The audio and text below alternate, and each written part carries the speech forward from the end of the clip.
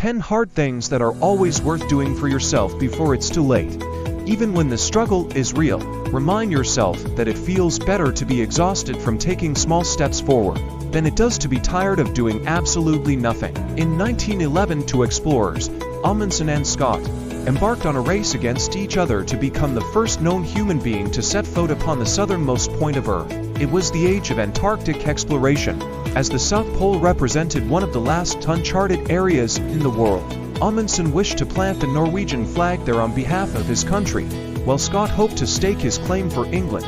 The journey there and back from their base camps was about 1,400 miles, which is roughly equivalent to a round-trip hike from New York City to Chicago. Both men would be traveling the same exact distance on foot through extremely cold and harsh weather conditions, and both men were equally equipped with experience, supplies, and a supporting team of fellow explorers. But what wasn't certain is how each of them would approach the inevitable challenges they faced on the road ahead. As it turned out, Amundsen and Scott took entirely different approaches to the very same challenges. Scott directed his team to hike as far as possible on the good weather days and then rest on bad weather days to conserve energy. Conversely, Amundsen directed his team to follow a strict regimen of consistent daily progress by hiking exactly 20 miles every day, regardless of weather conditions, even on the warmest, clear sky days, when Amundsen's team was capable of hiking much farther.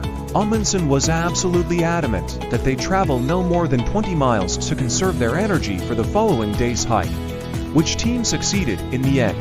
The team that took consistent daily action. Why? Because what we do every day defines us. Today's progress is always compounded by yesterday's effort, no matter how small. And it all comes down to the power of consistent self-discipline. Think about the most common problems we deal with in our modern lives, from lack of presence to lack of exercise to unhealthy diets to procrastination, and so forth. In most cases, problems like these are not caused not by a physically present limitation, but by a weakness of the mind. Specifically, a lack of self-discipline. We put the hard things off until tomorrow, because the weather is bad. Until we've lost our edge, we grow accustomed to the idea that things should be easier than they are, and that waiting another day or two makes the best sense. Then one day, we wake up and we're emotionally incapable of doing the hard things that must be done. It's too late.